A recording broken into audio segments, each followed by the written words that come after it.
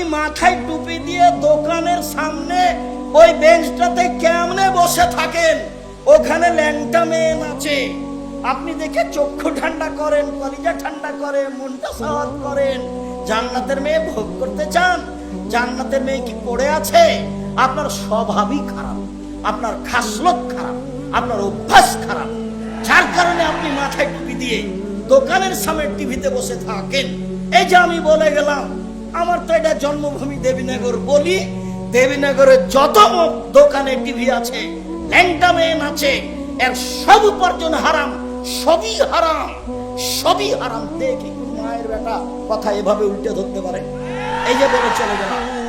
উমামা বাহেলি রাদিয়াল্লাহু তাআলা আনহু বলেন, রাসূল সাল্লাল্লাহু আলাইহি সাল্লাম বলেছেন, পৃথিবীর মানুষ লা তাবেহুন্না, যারা গান বাজনা করে নাচে তাদের ব্যবসা করো না, তাদের বিক্রয় করো না। ওয়ালা তাশতারুহুন্না, তাদের ক্রয় করো না।